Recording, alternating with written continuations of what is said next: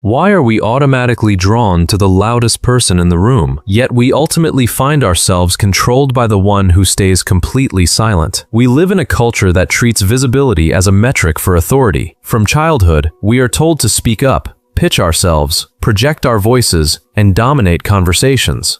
We are taught that if we aren't actively broadcasting our value, we simply don't exist. But if you observe real power dynamics in high-stakes environments, whether in a corporate boardroom, a diplomatic summit, or a tense negotiation, you will quickly notice an entirely different pattern. The individuals who hold the highest level of leverage rarely shout. They don't scramble for attention, and they don't offer immediate explanations. They operate as what behavioral scientists call a structural anchor. While everyone else bleeds energy, leaks critical information, and bends under the social pressure to fill the air with noise, the quiet anchor remains completely still. By withholding their reaction, they force the entire environment to rotate around them. To understand this dynamic, we must look at a dramatic historical event from the Congress of Vienna in 1814. Napoleon had been defeated, and the great powers of Europe gathered to dismantle his empire and redraw the map of the continent. France was completely defeated, vulnerable, and surrounded by hostile nations that wanted to destroy its borders entirely. Representing France was Charles Maurice de Talleyrand, a quiet diplomat who had survived the French Revolution, the Reign of Terror, and the fall of Napoleon through absolute behavioral restraint. While other ministers spent their nights drinking, boasting about their military strength, and making loud demands in open assemblies, Talleyrand did something counterintuitive. He held small, quiet, private dinners. He sat in the corner of chaotic rooms, saying almost nothing. When aggressive diplomats tried to bait him into shouting matches or demand immediate territorial concessions, he simply stared back at them, letting a dead, freezing pause hang in the air. Because he refused to show his hand or react emotionally, the Allied powers grew deeply paranoid. They began to wonder, what does Talleyrand know that we don't? What secret alliances has he already built? Terrified of his unreadable silence, the hostile nations began competing with each other to win his alignment. By the end of the Congress, without moving a single soldier or raising his voice once, Talleyrand managed to preserve France's historic borders and restore its position as a major European power. He didn't win by outshouting his opponents. He won by outweighting them. This is a clinical breakdown of human behavioral science. These are the unspoken laws of social leverage, the operational playbook used by dark horses, hidden operators, and elite strategists to command absolute authority without ever needing to ask for permission. You will discover exactly how human nature functions under pressure and how you can transform your presence into an immovable center of gravity. But achieving this level of control requires you to avoid a major behavioral trap. Most professionals run into a specific, automated habit that silently destroys their credibility within the first 5 minutes of any meeting. It is a tiny psychological slip-up that instantly signals submission to everyone else in the room, and most people commit it without even realizing it. Before we can map out how to decode an entire room, we must first learn how to weaponize an empty space. Chapter 1. The Vacuum Principle. The Strategy of the Void. Human psychology absolutely abhors an informational void. When a conversation suddenly falls into complete silence, our brains do not perceive it as empty space. They interpret it as a psychological threat. This is driven by the law of psychological closure, the mind's urgent, instinctual need to fill missing inputs to eliminate uncertainty. The moment a conversational loop is left wide open, a severe wave of anxiety hits the participants. The individual who lacks internal control will always buckle under this pressure first, rushing forward to fill the void with words, justifications, or unplanned confessions. The quiet operator uses this reality as a deliberate tool of dominance. Consider how elite corporate defense attorneys operate during high-stakes depositions. Imagine a cocky executive who has been accused of corporate espionage or financial fraud.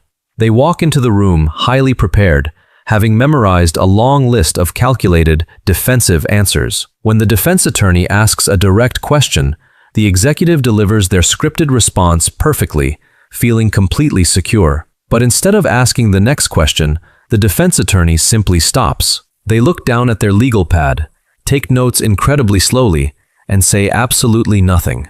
A full 5 seconds pass, then 7 seconds, then 10. The silence instantly creates a terrifying vacuum.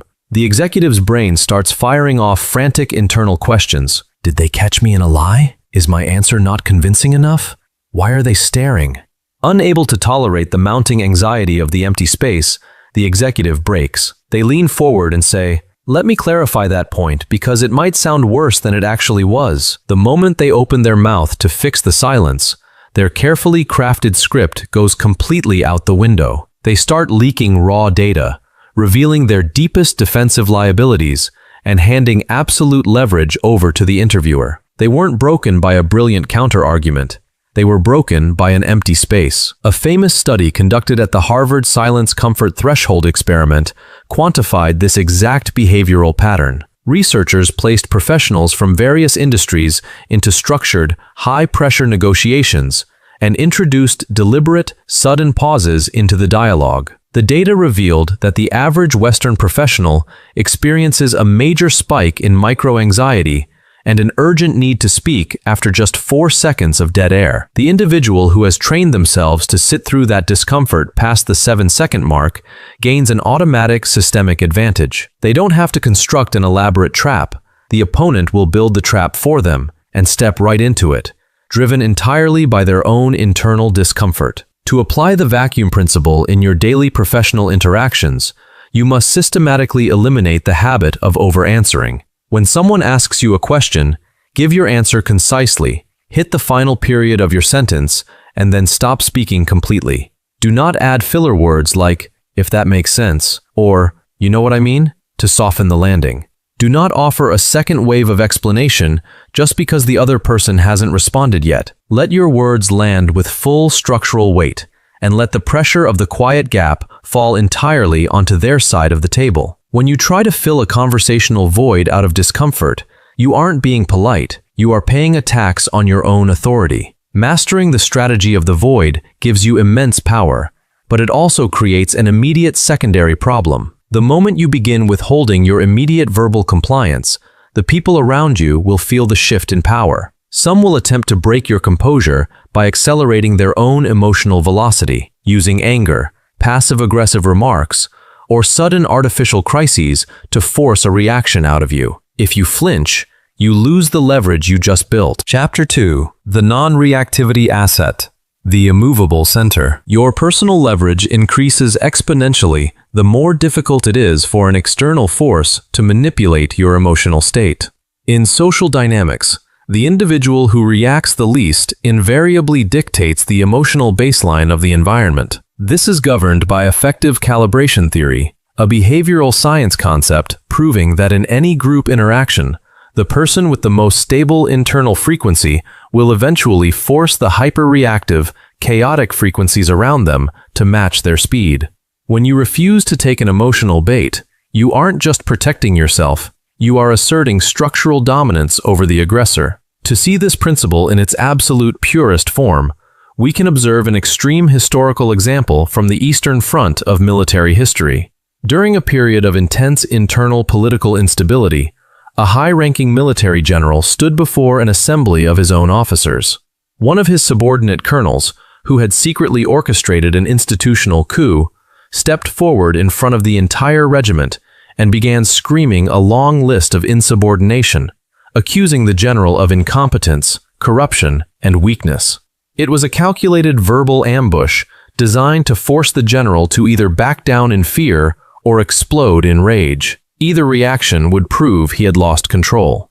The general did neither. He stood completely still, his hands resting naturally at his sides. His facial muscles remained entirely relaxed, and his eyes stayed locked on the colonel's face with zero expression. He did not interrupt, he did not defend himself, and he did not show a single micro-expression of anger. He simply watched the colonel scream. As the seconds ticked by, an incredible psychological transformation occurred. Because the colonel's intense rage encountered zero resistance, it had nowhere to go. The high-frequency energy bounced off the general's stillness and reflected right back onto the colonel. The colonel began to stumble over his own words. His voice cracked. The crowd of watching officers didn't see a powerful rebel. They saw an unhinged, emotional subordinate throwing a tantrum in front of an unshakable mountain. The coup dissolved right there on the spot, not because the general fought back, but but because he refused to match the kernel's frequency. We see this exact same dynamic play out every single day in modern corporate offices. When a toxic manager or a hyper-competitive colleague launches a passive-aggressive attack during a team meeting, they are looking for a specific metric: behavioral confirmation. They want to see your shoulders tighten, your voice rise in defense, or your eyes dart away in discomfort. The moment you give them that reaction, you confirm that their words have successfully penetrated your armor and altered your state. You have allowed them to control your internal matrix. The counter strategy is absolute physical and vocal stillness. When someone targets you with an emotional ambush, look directly at the bridge of their nose and let your expression go completely blank. Take a slow, silent breath through your diaphragm to lower your heart rate. When they finish their attack, do not launch into an immediate, fast-talking defense. Instead, look at them for 2 full seconds in complete silence, and then calmly redirect the conversation back to objective metrics by saying, "Let's look at the actual project data." By refusing to play on their emotional frequency, you instantly expose their aggression as a sign of weakness, leaving them completely exposed to the judgment of the entire room. Aggression is never an expression of true strength. It is a loud psychological alarm code signaling that an individual feels weak, cornered, and out of control. Once you master the ability to maintain an immovable center under direct fire, you unlock a massive structural advantage. Because you are no longer consuming your intellectual energy on emotional defense, you can start tracking the hidden informational flows that dictate the social landscape. This brings us directly to an advanced psychological framework where you transform your low reactivity into an informational dragnet that leaves your competitors operating in total darkness. Chapter 3. Informational asymmetry, the unbalanced scale. In any competitive social system, power flows directly toward the side that possesses the highest level of informational asymmetry.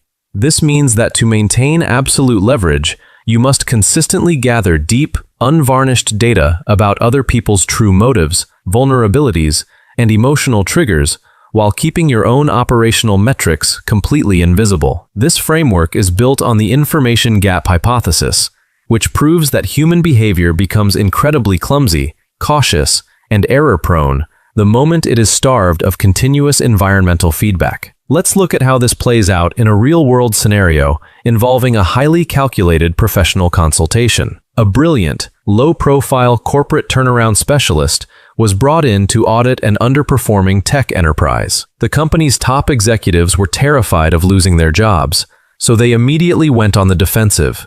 When they sat down with the specialist, they tried to overwhelm him with massive PowerPoint decks, complicated industry jargon, and highly polished financial summaries designed to obscure their actual operational failures. The specialist didn't try to audit their numbers openly or challenge their narrative during the presentation. Instead, he adopted a strategy of absolute information starvation. He listened to their 2-hour pitch without taking a single note. He didn't nod in agreement, he didn't frown in disapproval, and he didn't offer a single piece of initial feedback.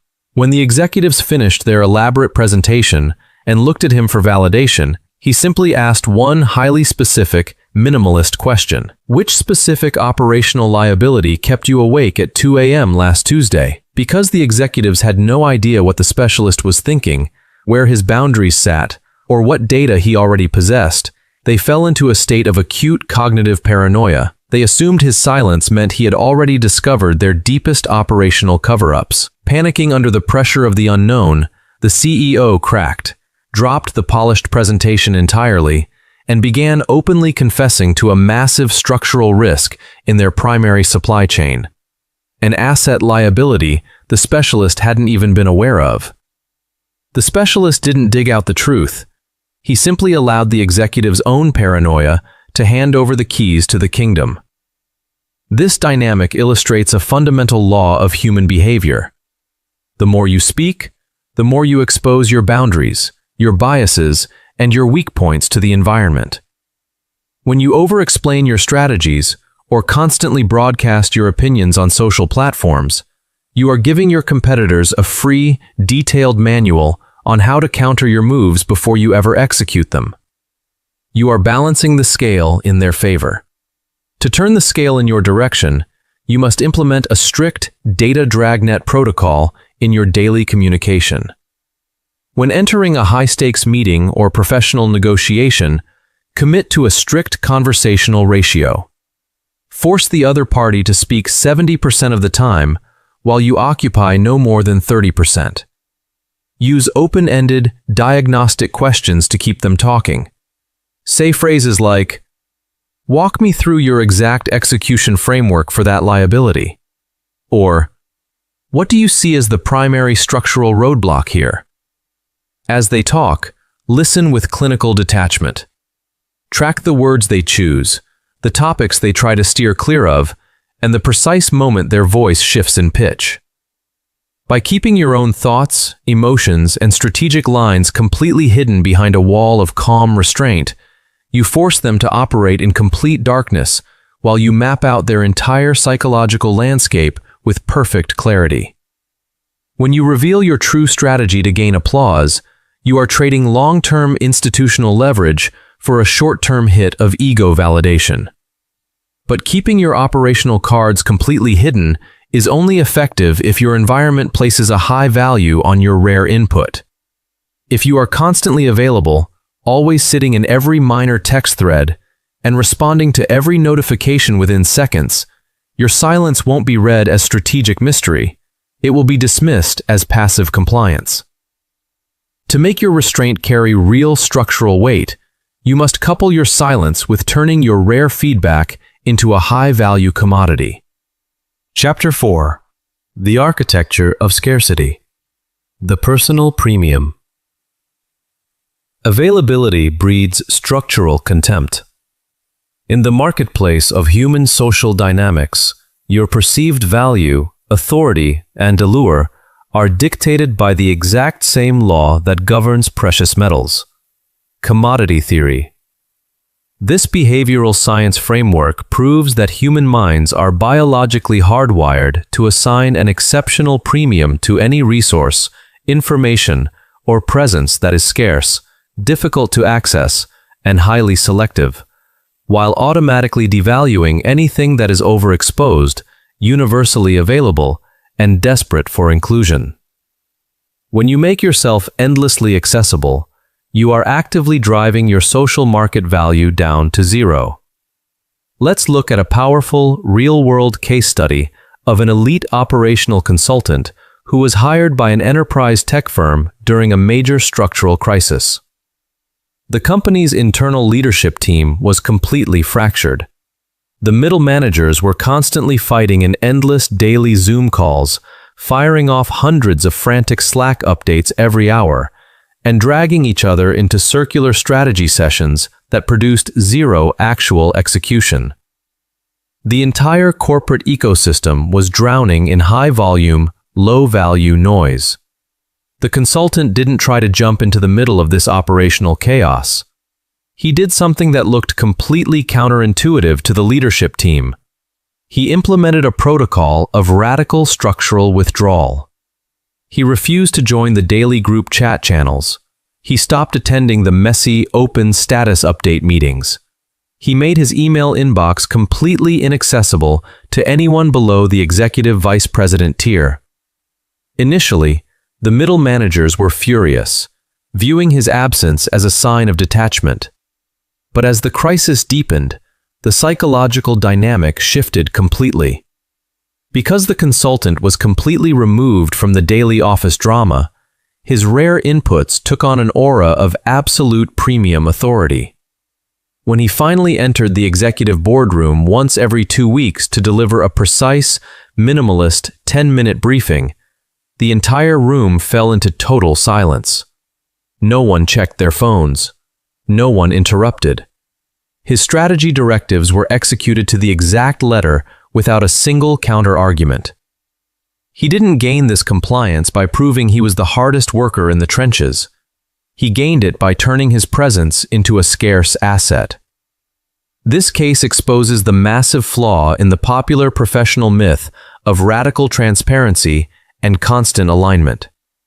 If you answer every single email within 5 minutes, you aren't proving that you are an incredibly reliable professional. You are providing clear behavioral proof that your time has absolutely zero market demand. You are signaling that you have nothing more important to execute than reacting to external notifications. To build an architecture of scarcity around your personal brand, you must systematically erect high, invisible barriers to your time and focus. Stop jumping into every open conversational loop or group text chain.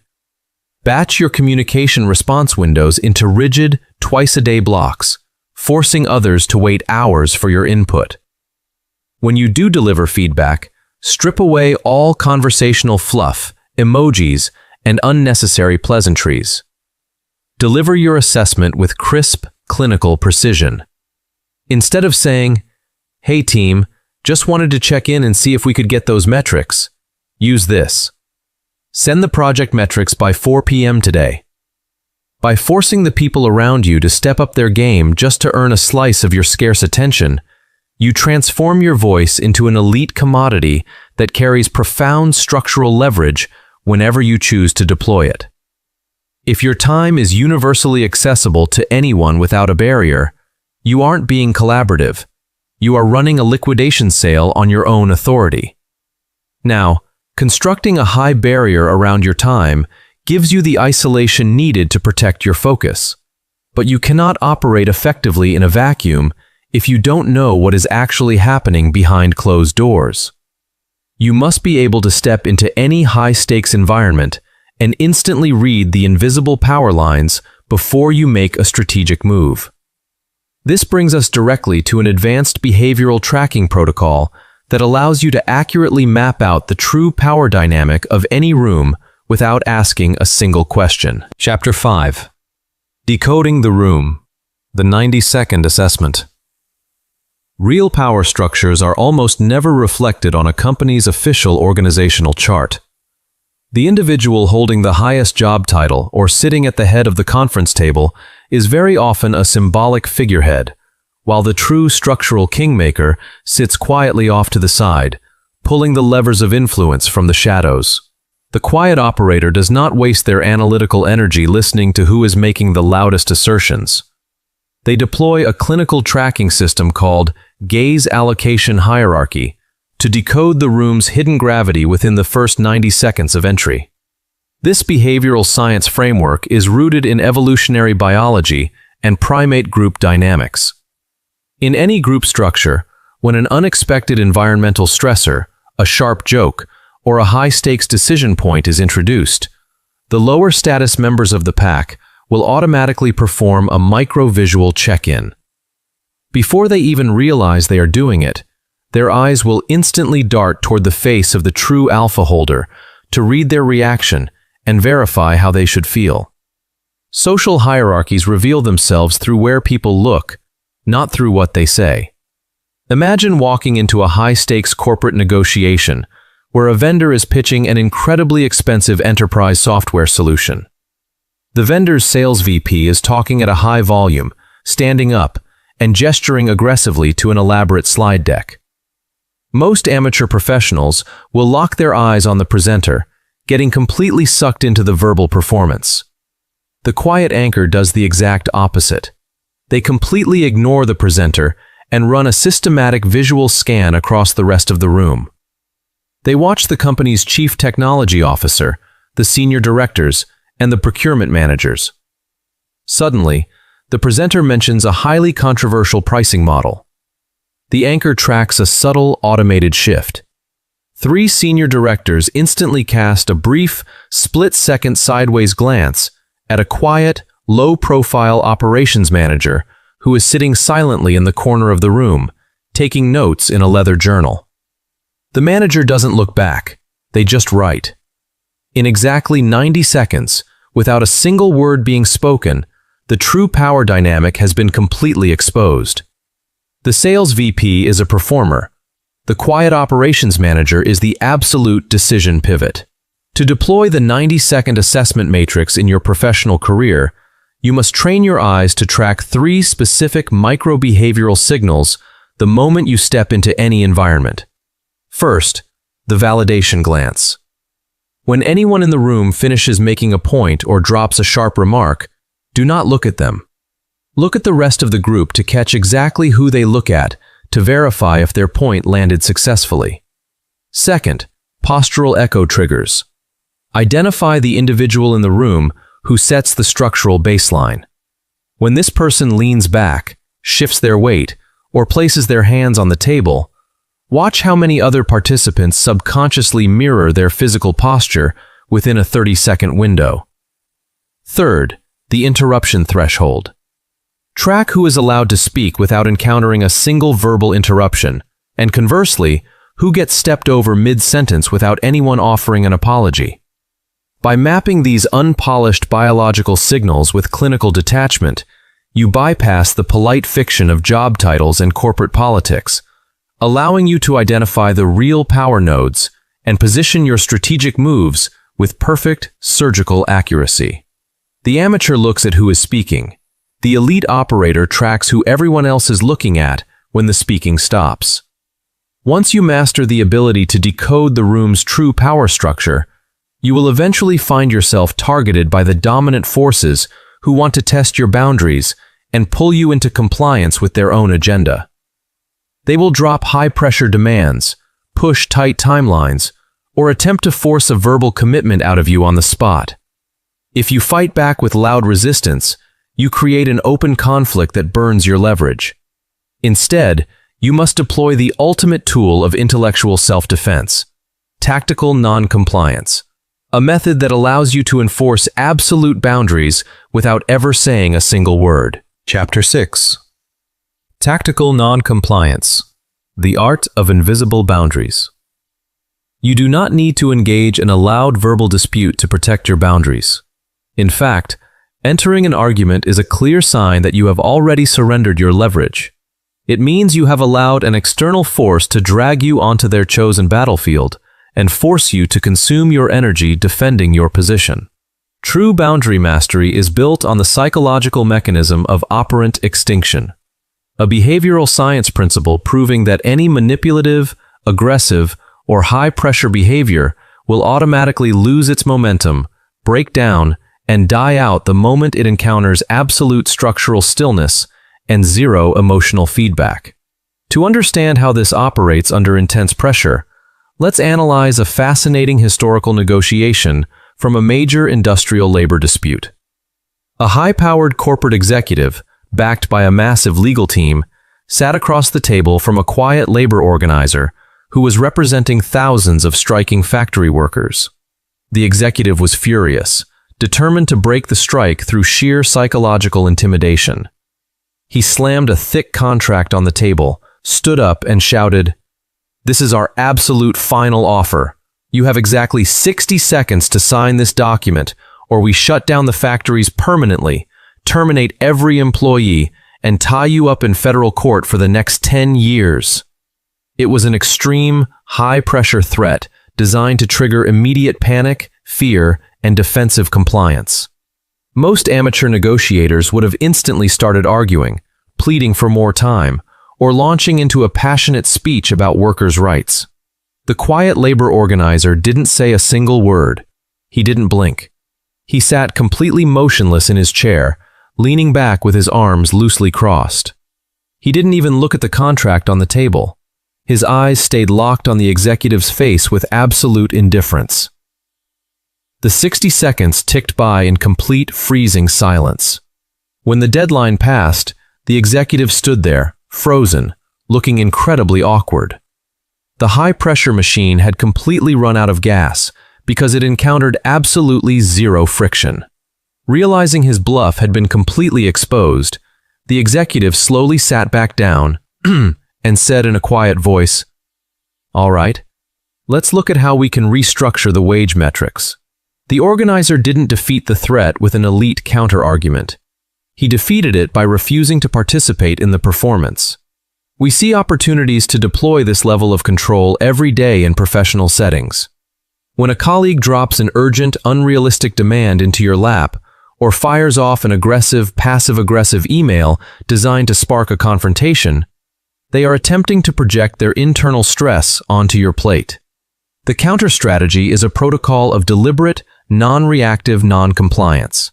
If a colleague walks up to your desk and demands an immediate answer on a complex project to cover for their own lack of planning, look up slowly, hold calm eye contact for 3 full seconds without speaking, and then say with smooth cadence, "I will deliver my analysis by noon tomorrow." Then, immediately return your eyes to your screen. If an aggressor says, "I need you to sign off on this budget line right now, or the entire project is going to fall apart by tonight," simply hold 3 seconds of cold, silent eye contact and reply, "I will review the asset lines and follow up tomorrow morning." You haven't yelled. You haven't started an office war. You have simply erected an invisible structural wall that forces them to absorb their own anxiety. By refusing to rush your delivery, match their artificial panic, or bend your schedule to fit their sloppy timelines, you establish yourself as an unshakable force that cannot be manipulated by social pressure. When you react instantly to someone else's artificial emergency, you aren't being an efficient team player. You are training them to use you as a dumping ground for their own chaos. Enforcing boundaries through stillness gives you incredible protection, but true systemic leverage requires you to move beyond simple defense. You must be able to take control of the timeline itself, systematically dictating the speed at which decisions are made in your environment. This brings us directly to an advanced temporal framework that allows you to neutralize an opponent's momentum and force the entire system to operate on your chosen frequency. Chapter 7. The Strategic Delay Blueprint. Controlling Temporal Pacing.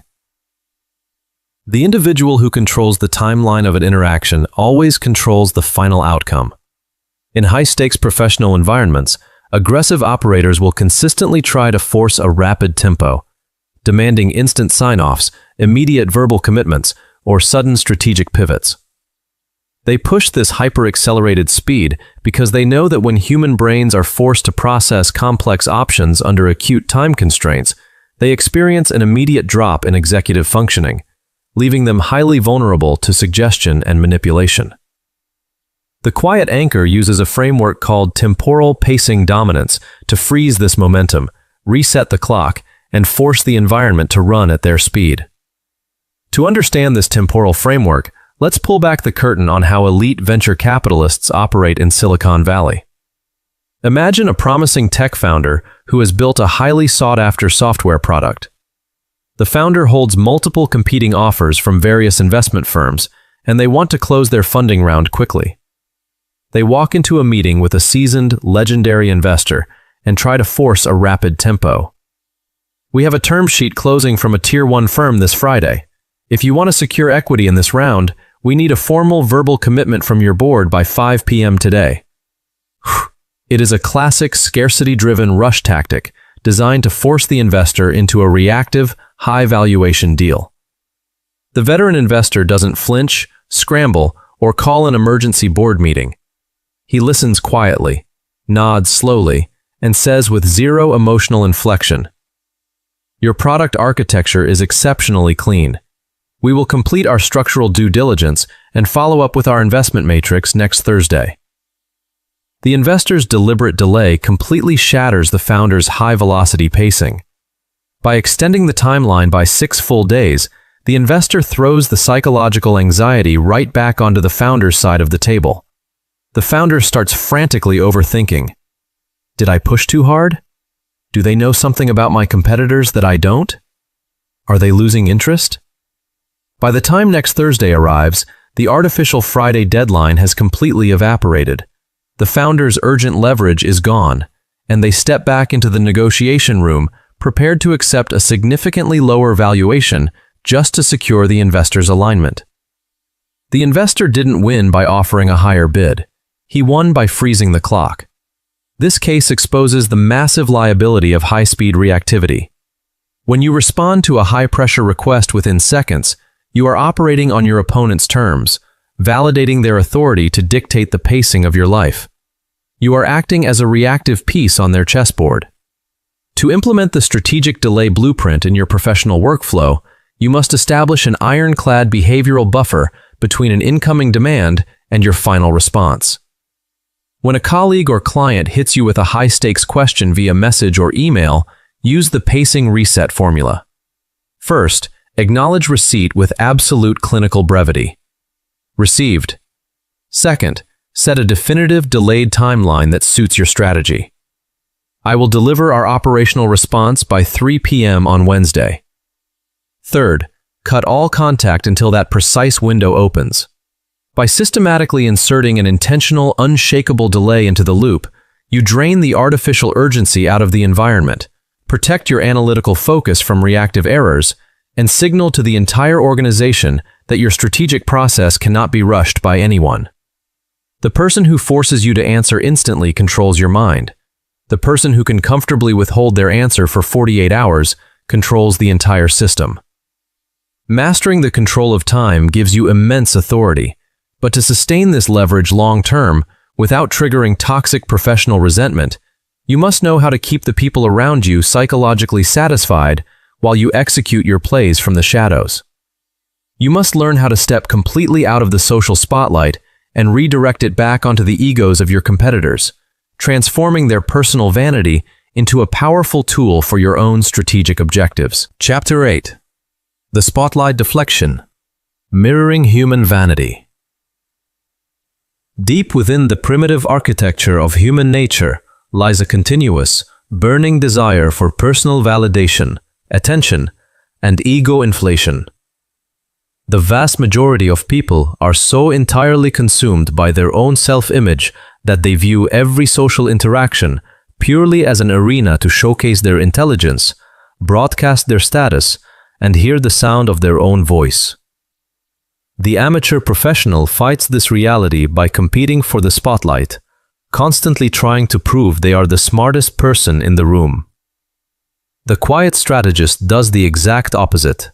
They deploy a framework called the narcissistic feedback loop, intentionally stepping completely out of the spotlight and converting other people's vanity into an open information funnel. To see this framework applied with high precision, let's observe how elite private wealth managers close multi-million-dollar contracts with high-net-worth individuals. Imagine a loud, newly wealthy tech entrepreneur sitting down with a wealth advisor to discuss a massive asset portfolio.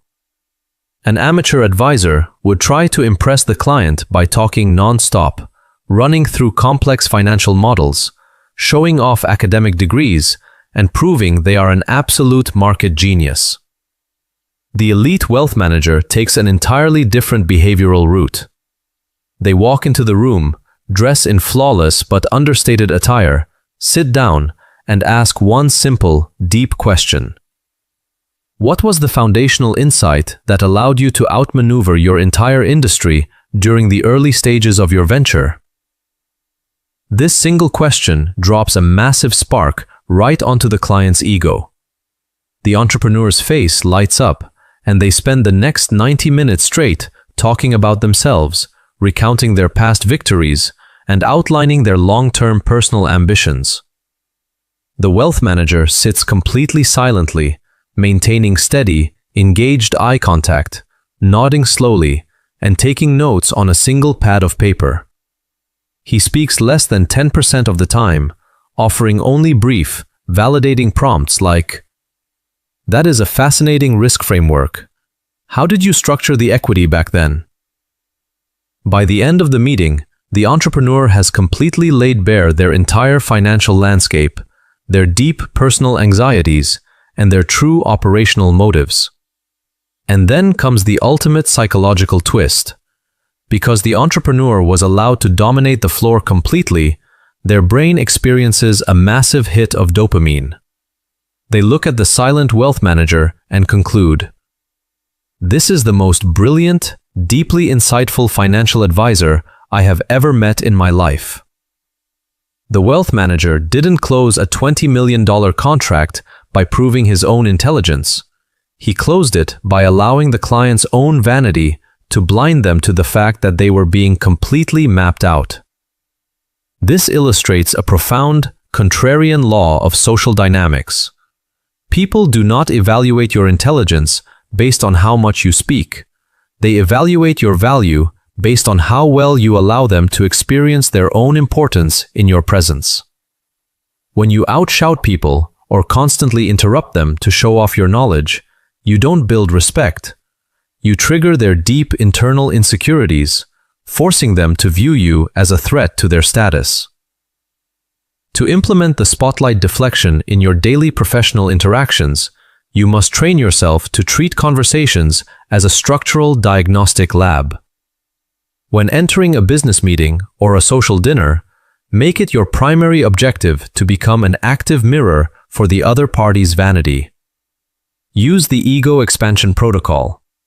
Ask targeted questions that encourage them to discuss their historical achievements or personal strategic frameworks. When they speak, remove your own ego entirely from the field. Do not chime in with a matching story about your own success. Let them speak until they have completely run out of words. By keeping yourself completely out of the visual frame, you transform your presence into a safe psychological harbor. The people around you will drop their defenses completely, reveal their deepest strategic secrets, and view you as an exceptionally wise, high-status confidant, all while you hold absolute leverage over their next move. The fastest way to look incredibly intelligent to a room full of narcissistic people is to say absolutely nothing while they exhaust themselves showing off for you. But maintaining this level of quiet influence over an organization requires more than just listening from the sidelines. Your physical presence itself must project an undeniable aura of weight and gravity when you do decide to enter the frame. If your voice is rushed, your movements are erratic, or your cadence is erratic, you will be read as a low-status bystander rather than a calculated strategist. To ensure your quiet presence commands profound authority, you must align your micro-vocal inflections and physical pacing with the frequency of absolute structural power. Chapter 9. Low-Frequency Charisma. The Gravity of Unhurried Presence. True, high-status authority does not scurry. It does not panic. It does not twitch. And it never rushes its delivery to avoid being cut off by the environment. In evolutionary anthropology and high-stakes social systems, an individual's level of institutional power is communicated instantly through their vocal and physical frequency. Loud, hyperactive, fast-talking individuals consistently project an image of low structural status because their high-velocity biology signals that they are experiencing a massive rush of cortisol, proving that they feel intensely cornered, desperate for attention, and deeply terrified of losing the room's focus. The quiet operator utilizes a clinical methodology called behavioral entrainment to slow down the room, build a profound center of gravity, and assert absolute command through an unhurried presence. To observe this micro-behavioral mechanism in its highest operational stakes, let's step inside an elite law enforcement training center where crisis hostage negotiators are prepared for high-pressure standoffs. Imagine a highly volatile scenario where a desperate, unstable individual has barricaded themselves inside a bank, screaming manic threats into a phone line and demanding immediate resources. An amateur communicator would step into that loop with high-energy panic, trying to match the subject's volume and screaming, "Put the weapon down right now! Listen to me!" This high-frequency approach only accelerates the subject's internal panic, pushing the crisis toward a fatal escalation. The elite hostage negotiator takes a completely different biological path. They step into the communication loop and lower their voice to a calm, deep, steady register, a vocal tone that behavioral psychologists call the late-night DJ voice. They speak with an incredibly slow, rhythmic cadence. They leave deliberate, expansive spaces between each sentence, and they refuse to accelerate their speed or raise their pitch, even when the subject is screaming directly into their ear. Over the course of a 2-hour conversation, an incredible biological shift takes place.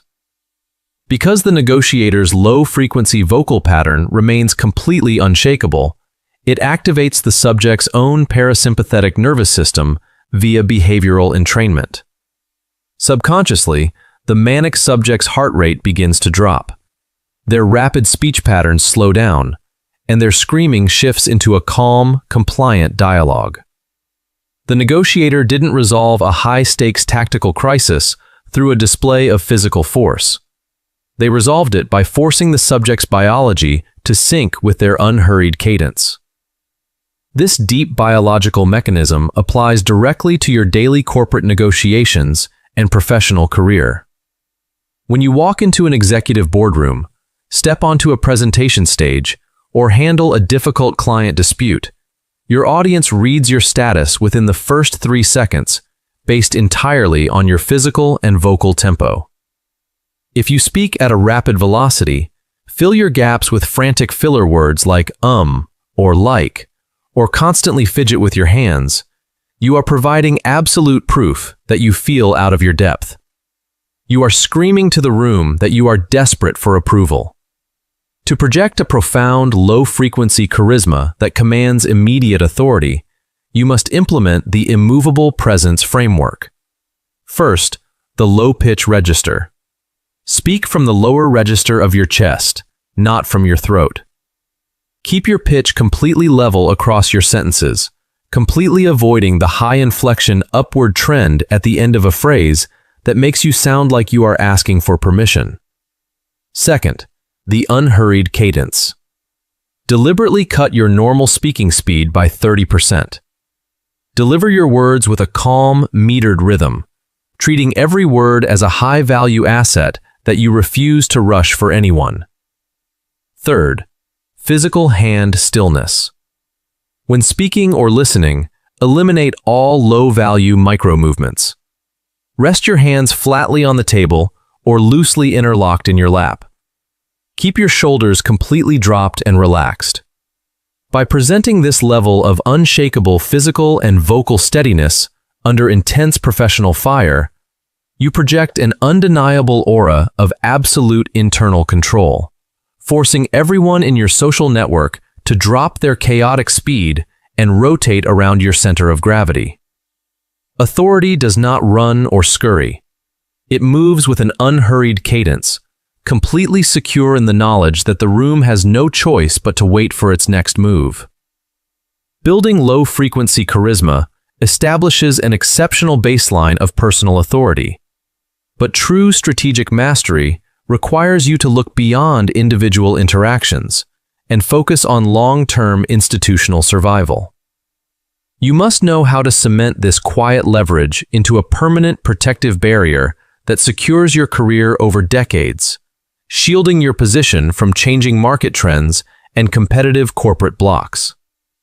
This brings us to the final strategic phase. Chapter 10. The Endgame.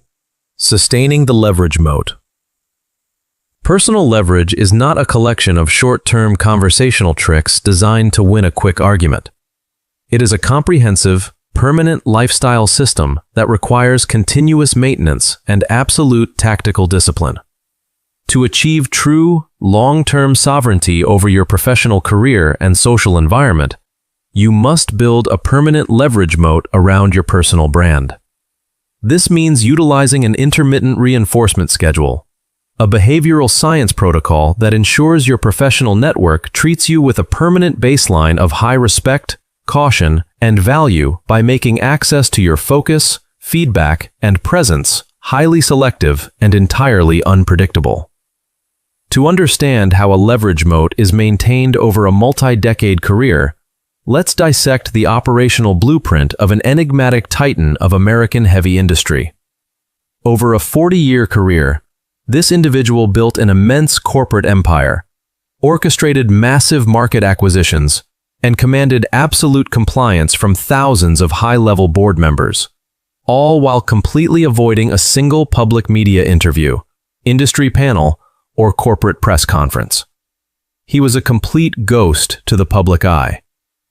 Amateur CEOs criticized his isolation, claiming that his refusal to engage with the modern public square would make his company irrelevant. but the psychological reality was the exact opposite. Because he was completely inaccessible, his strategic operations took on an aura of historic permanence. When a major economic crisis struck his sector, the federal government and the largest investment banking houses didn't look to the loud, vocal industry influencers for direction.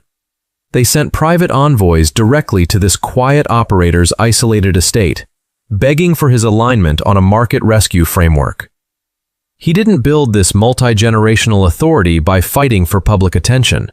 He built it by turning his complete independence into an unassailable fortress. This legendary execution exposes the profound illusion of modern professional culture.